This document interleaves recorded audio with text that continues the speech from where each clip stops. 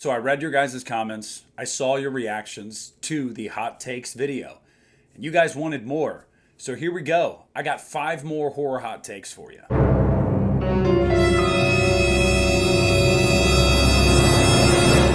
What's up, everybody? It's Nick here from the Lost River Drive-In, and I am here to piss you off again, I'm sure.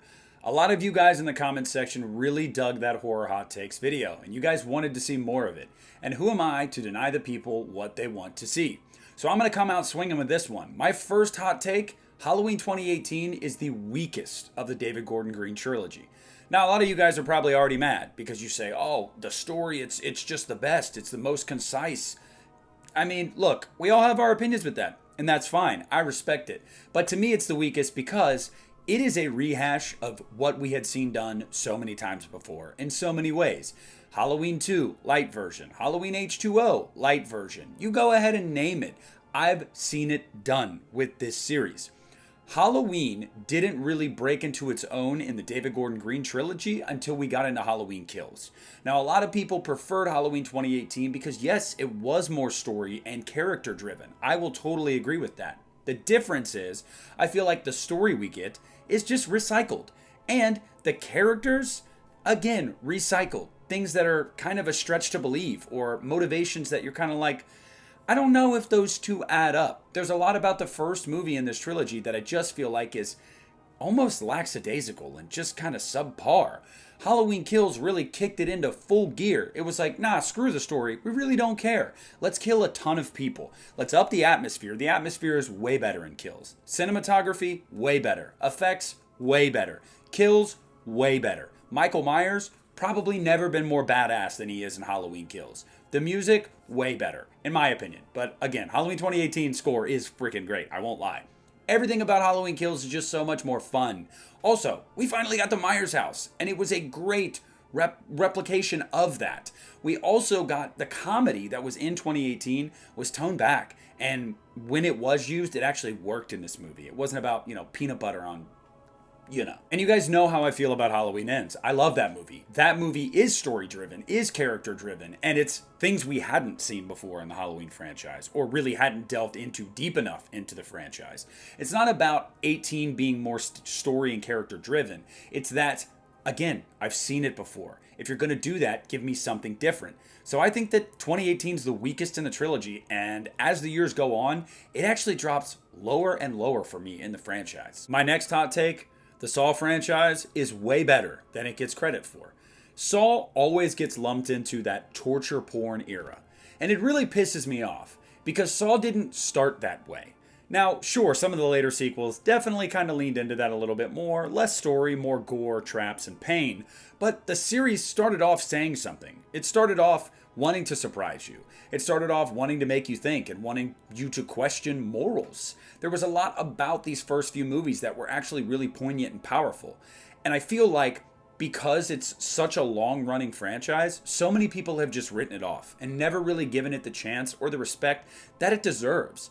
Saw, in my opinion, saved horror multiple times. We were in this weird era before the found footage and paranormal activity stuff really broke out there, where it was a lot of remakes that were mostly subpar, and Saw just kept going strong and really kept people coming to the theater to see these movies year after year and keeping horror front of mind. Look, I love the Halloween franchise, but in 2009, Halloween 2 didn't even make $40 million worldwide. That's insane. The Saw movies were regularly breaking $100 million every year. That's incredible. Saw has meant a lot to horror, and it has outlived a generation now. Saw X came out, made over $100 million, and got the best reviews of the entire series. And why is that? Because if you actually take a step back and pay attention to what you're watching and listen more than just using your eyes to go, oh, blood, oh, traps, you'll actually understand that a lot of these movies actually have something to say, and their place in horror is well earned. And I've had this conversation before when I've talked about horror icons, and I'm just going to say it again. Jigsaw is a horror icon, and it's about damn time that the normie casual horror fans admit it. This next one is juicy. My next take is, sometimes horror movies do need remade. Now, that's not to say that all of them do, but there are some horror movies that the remake just vastly superior to the original in every conceivable way. And if that remake hadn't come and given us that bare bones story idea that we had from decades ago, but done it better, maybe some of these directors, some of these stories, some of these actors and actresses would have never gotten their due. It's really important. When a remake comes out, a lot of people go back and revisit the original. They kind of compare and contrast. Or maybe they think it's going to be this hit of nostalgia going, okay, I watched that terrible remake. Now let me go back and watch the classic. Look, sometimes they need remade. I'll give you a few examples. The Hills Have Eyes. I don't know many people that would say the original is better than the remake. The Last House on the Left. Same thing. Don't know many people that would take the original over the remake. Those are just two movies that come to mind for me. But what's my point with that? Again, sometimes you can have a great idea, but you have no money. Or you're hampered just by the time that the movie was made in the 1970s, where the technology wasn't there, where the effects weren't there. There's a lot of reasons why sometimes a great idea won't come to fruition totally on screen. And because of that, these remakes sometimes are really important. Not only does it introduce a new generation of fans to a classic story, and maybe it does go back and make them appreciate that original one, but it also updates something that sometimes needs updating. It is not blasphemy to simply say some of these older horror movies that a lot of people hold near and dear to their hearts really haven't aged well. That's true with some of them. We can admit that.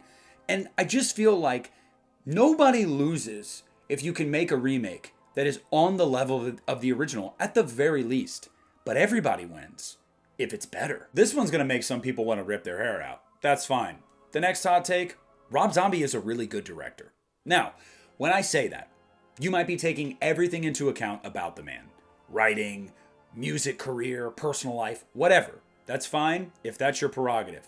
But when it comes to a guy that can tell a story with a camera, that can set up a beautiful shot, that can use music at the right time to accentuate a scene, all of these hallmarks of a director, Rob Zombie can do that in spades. Look, I am someone that will agree with you. Even as a big fan of Rob Zombie, some of his movies, they need a polish on the script. Sometimes there's just things that people don't say. Human beings don't have conversations like that. And somebody probably needed to be in the room to go, Rob, no, maybe we don't talk about, skull fucking. Maybe that's not where we go. But at the same time, they've become so memeable from that point. They're like a part of him now. They're a part of horror history. Some of those lines and those moments are just kind of like there now. They live in the ether and they make us argue or bring us together. And that's kind of cool at the same time. But seriously, Rob Zombie does what a lot of filmmakers nowadays couldn't dream of doing. He can capture that grindhouse aesthetic perfectly. He can give you a modern Texas Chainsaw Massacre style movie and make you believe it was actually filmed in the 70s on a shoestring budget. These people that he can put into his movies, give them these roles to really just be these depraved, deplorable human beings, and yet you root for them. There's so much about the dude as a filmmaker that I just respect and I love and I gravitate towards. But everybody that I've talked to that has worked with Rob has all said the same thing too. And these are actors that I've spoken to about it, whether it be at conventions or whether it be on social media. When they talk about Rob, they all say the same thing. The guy is super kind, he's super nice, he listens, and he gives you direction. Like he knows what he wants before he says action. And that's really important to a lot of people working on movies. And it's important to me as a viewer to know that what I'm watching, this guy had a purpose. He was trying to say something with it. Whether we end up liking that story or that movie as a whole, that's beside the point. The guy knows what he's doing. I know years ago it became in vogue to just shit on the guy and make fun of his movies and his writing and say that he's just bastardized everything about classic horror movies like Halloween and blah, blah, blah. I just don't agree with it. I don't agree with it at all. I think Rob Zombie, when it comes to a technical level, is a damn good filmmaker, and it would be a shame if he didn't make another movie. And this last one comes courtesy of my comments section on the last video, and hear me out while I explain it. A24 really is no different than Blumhouse. Now, some of you guys are probably like, oh my God, that's crazy. A24 has put out so many movies that are so much better than what Blumhouse has ever done. Not only is that not true, but it's not an apples to apples comparison. Look, A24 has some great all-timer movies. All-timer for me. Hereditary being the one that first comes to mind. They also have some movies that are like the middest of mid. Guess what? So does Blumhouse. See, I feel like people tend to forget sometimes about movies like Get Out or Insidious or Sinister or Paranormal Activity. And they really just look at Blumhouse and go, ugh, the Halloween trilogy. While at the same time going, oh, A24, Hereditary, Midsummer. Oh my God. Okay, but they're really not that different at all. Both studios have great horror movies that are some of the best of their respective decades. Both studios also have mid horror movies, and both studios also have bad horror movies. And some people might go, well, here's the difference. A24's films are more elevated at times and more artsy. I'm sorry, but one, I think that just comes off as pretentious douchebaggery when you try to explain defending a movie studio that way. Two, I just don't think it's true. Sure, some of their movies have some really highbrow material in them, but again, Blumhouse has some movies like that too. Get Out is one that I think of that comes to mind that really is thought-provoking and really kind of, I don't know, it just makes you think of things way deeper than just a horror movie. Same thing with a movie like Sinister. There's a lot about these movies that if they put an A24 label on them, they would pass as an A24 movie to any casual moviegoer. You'd go, oh yeah, I could totally see that being an A24 movie.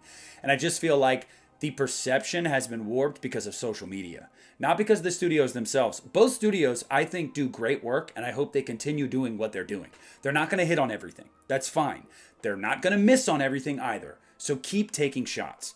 Also, it's very important to note that both studios are very similar in the sense that they finance these things and they put them out there, but they give creative control to their filmmakers, to their writers, to their actors.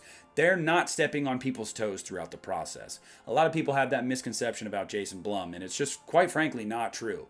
He hires somebody because they believe in what they want to do. He gives them the money, he gives them the backing, and he lets them do it. Sometimes it turns out to be a pile of shit. Sometimes it turns out to be great. But guess what? The exact same thing can be said for A24. And if it weren't for a lot of these toxic fandoms online, you wouldn't really see much of a difference at times between both studios. But it's the era we live in now. So I did not plan on doing another installment of this, but you guys wanted to see more. So I hope that these 5 horror hot takes I gave you are just as juicy, if not juicier, than the last one. Comment down below. Let me know what you think of these hot takes. Also, if you want to see more, let me know that down below too.